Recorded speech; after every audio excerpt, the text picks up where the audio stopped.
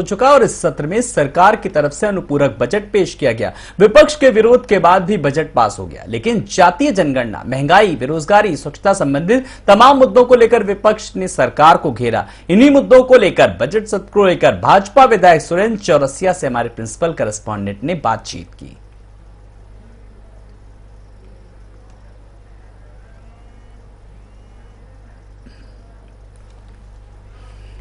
Budget भी पास किया हुआ है।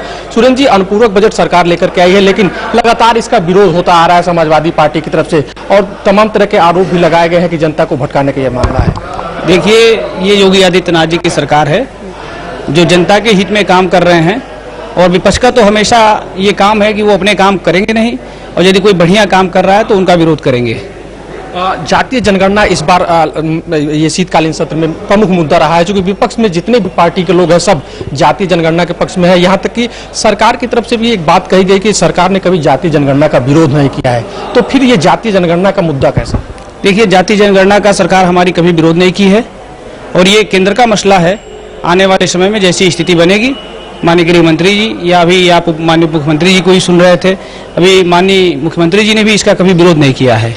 और हमारी सरकार गरीबों की सरकार है, जाति की नहीं, गरीबों की सरकार है। मोदी जी का भी ये नारा है कि हर गरीब को उसका हक मिले और आप देख रहे हैं कि पूरे प्रदेश में किस तरह से गरीबों की मदद की जा रही है। शिवपाल यादव आज सुबह जब सदन पहुंचे तो सीधे सीधे कहा कि बीजेपी में जो पिछड़े वर्ग के नेता हैं उनको इस्तीफा दे देना चाहिए, चाहे वो केशव प्रसाद मौर्य ही क्यों न हो, क्योंकि ये लोग जातीय जनगणना की और पिछड़े लोगों की बात नहीं करते हैं। देखिए, जब ये सत्ता से बाहर होते हैं तब इनको पिछड़ों की याद आती है और जब ये सत्ता में रहते हैं तो पिछड़ों का हक मार के अकेले खाने का काम करते हैं। और आज अब देखेंगे तो भारतीय जनता पार्टी ने मेरे जैसे एक चौरसिया के बेटे को विधायक बनाया है, निषाद के बेटे को बनाया है, पाल गणेरिया, हर जाति के लोगों को अपनी सरकार में प्रतिनिधित्व देने का काम कर रही है। और जब समाजवादी पार्टी की सरकार रहती है तो ये लोग केवल पिछड़ों की बात करते हैं और जब सरकार चली जाती है, सरकार रहती है तो पिछड़ों का हक मारने का काम करते हैं, सरकार आने के बाद पिछड़ों की बात करते हैं।